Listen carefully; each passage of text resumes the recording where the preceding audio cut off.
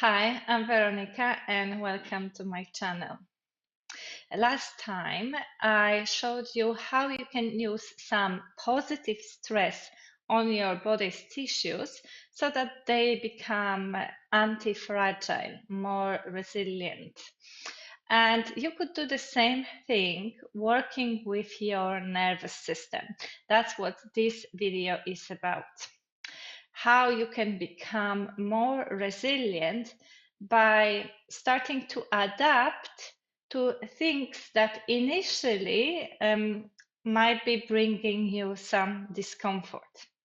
Now, why it's so important? Imagine that you are always only avoiding, escaping the situations that activate you in some way, that make you feel agitated, unpleasant, that bring up anxiety or some emotions, some strong emotions that you are not very comfortable with, that you don't know how to deal with.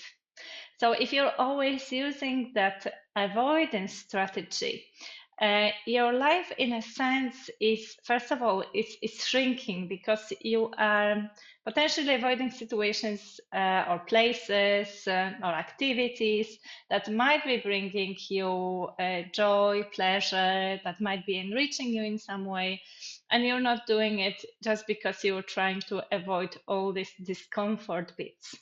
But there is another aspect of that. If you there's only so much you can do to avoid some things happening to you in your life. So you have no control over the circumstances. The things happen in your life, and sooner or later you will have to confront them. And if you were always avoiding even little bits of that discomfort, when the situation comes that this discomfort becomes like multiplied by 10 or by 100, this is just so much for your system that it collapses, that it completely doesn't know how to deal with it. While if you were building that resilience in yourself gradually, it might be that obviously it will still affect you. It will still be difficult, but you will be far more likely to bounce back from it, or that you will be still able to be with it regardless of how hard it feels. So this is the idea. Now, there are two ways in which your nervous system can get dysregulated. You might be primarily stuck in a fight and flight response. And that is when you are really on that more agitated side, that you're always very active, you have to be on the move, on the go. You might have a tendency to be perfectionist or to be a workaholic. You will have that a little bit of that apprehension always in you, this kind of jumpiness, like every loud sound will make you like startle. And it shows up in the body as a lot of muscular tension that often later turns into chronic pain. And it often shows up also all this kind of fluttering heartbeat or fast breathing. It very often will show as chronic anxiety. So that might be one kind of place where you're stuck.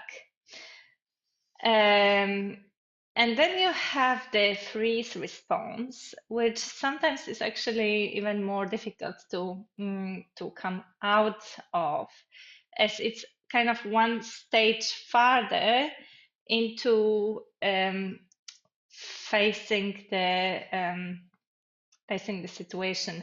So that is when you're going into collapse. You're becoming numb.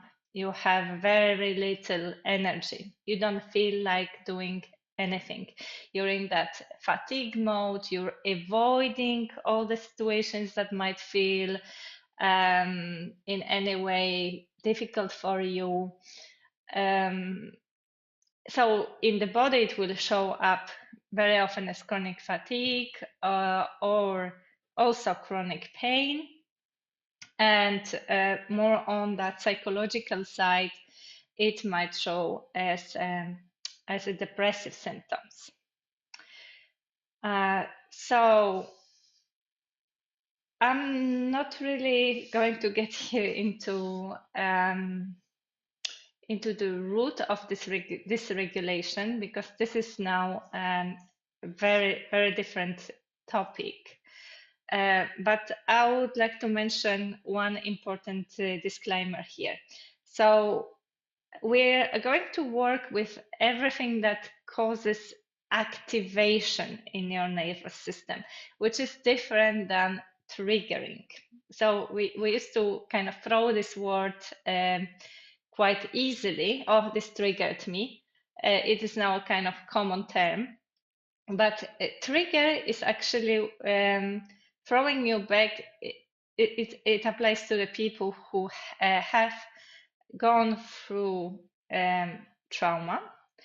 And for them, the trigger throws them back to the state of the nervous system in the moment of when those things that cause the trauma response in the nervous system happened. So there are like flashbacks, and there's this kind of paralyzed feeling. So we are not, I'm not going to discuss that here at all. What I'm going to show you here applies to the moments when you are not comfortable, but it's not getting you to that really extreme state. And even then, the very important rule, which is exactly the same rule as when you work with the body itself, is that you're using two techniques. You're getting really little bits of it, so that you know that you're not gonna get overwhelmed. You're not gonna go beyond what is comfortable, what is bearable for you in this moment, what's tolerable for you in the moment. So beyond your window of tolerance. That's why your doses of that discomfort are really small. And you also kind of swing between what is pleasant and what is unpleasant, coming in and out of discomfort. That's what in the world of somatic is called pendulation. Now, this is very important because you are the person who is completely in charge of this process. So you're dosing yourself very purposefully these little bits of discomfort, and you're doing it so that they are much more tolerable for you, so that when a bigger dose of discomfort comes, it doesn't hit you so hard. And as you are in charge, you decide when is the moment to stop, when is the moment to take a break, how much is still within your window of tolerance. And I will show you two ways where you can start changing a little bit how you're responding to these body responses that normally would make you feel anxious, or it will feel like really unpleasant, by giving them a slightly different meaning, by putting them in a different context. And the key here is that you are adding to that the feeling of safety. So if you are in the fight and flight mode, that means that your body is getting ready is in danger, right? Your nervous system is thinking or is interpreting the situation as being in danger, and it wants to get you ready for getting away of that danger, either by confronting it or by moving away from it, by fighting or fleeing. So it will show up in the body as getting ready to move. It's an activation mode.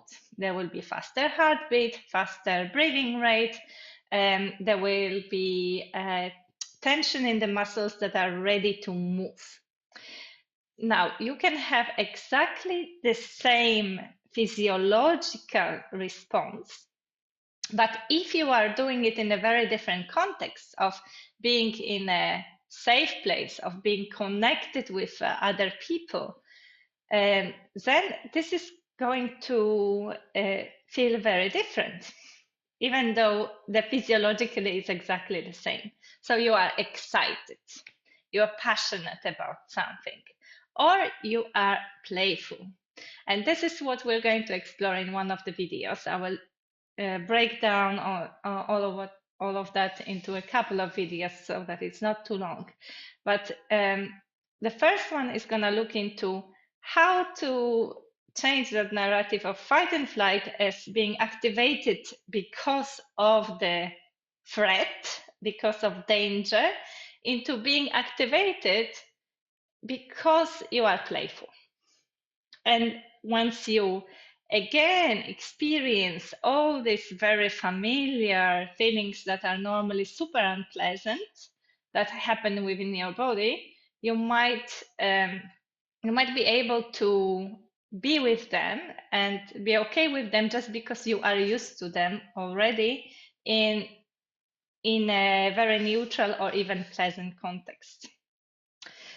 And we're going to do it with through playful movement. But actually, you can access playfulness in many various ways. You could be playful literally by playing with children, for example. There are so many ways that you can invite that playfulness into your life. I will show it to you in the context of movement because that's what I specialize in.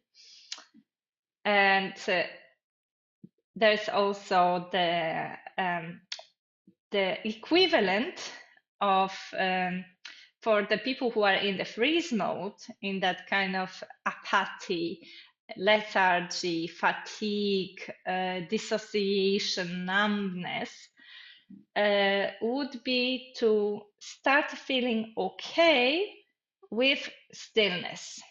So very often, actually both for anybody who is for a long time in a chronic stress, in a stress response,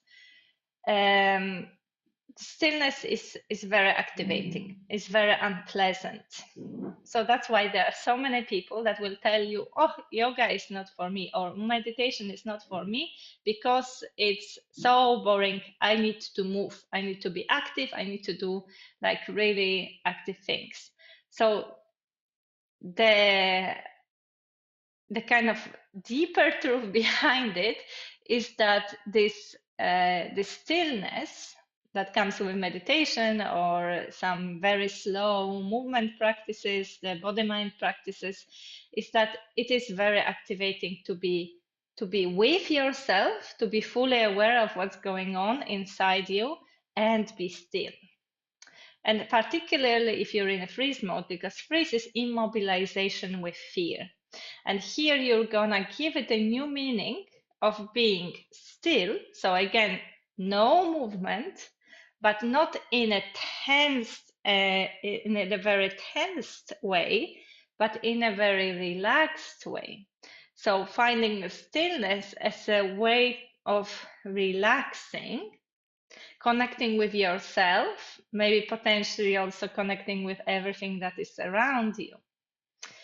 And this is, don't get me wrong, this is very challenging, and it doesn't happen just like, okay, I'm gonna practice it today. I want from now on the stillness to be comfortable for me. It's not going to work like that. It is going to take time, and you have to be very patient about that and take it in a really tiny doses with tiny moments of stillness and checking if it's okay for you to be in that stillness. You're gonna gradually build up on that. So I will do the video both on the playfulness and on the stillness in that context of building the resilience in your nervous system and getting a new meaning to what for now feels particularly unpleasant, challenging, and difficult. So that's it for today. I will show you some other examples in the coming episodes. If you have any questions or some ideas, what else to include, what maybe is still a little bit unclear, and or you want to tell me whether you enjoyed this bit where I explain a little bit more about your nervous system and how your body works, then please comment below. I will definitely read it and get inspired by that. If you need something that will help you, some guide that can be always with you and can help you to deal with anxiety in real time, then head to my website www.withmeta.eu and you can download from there a 7-minute long audio first aid for anxiety. I will link it in the description below as well. And I will be soon running the next edition of the Heal From Within program, where we are working with all those symptoms of dysregulation of nervous system, which very often include physical symptoms, some autoimmune disorders, chronic pain, chronic fatigue, together with things such as anxiety. So if you would be interested in that, you can sign up for the list of the people who will get information about that upcoming edition of my program. I hope you will have a great day and I'll see you next time.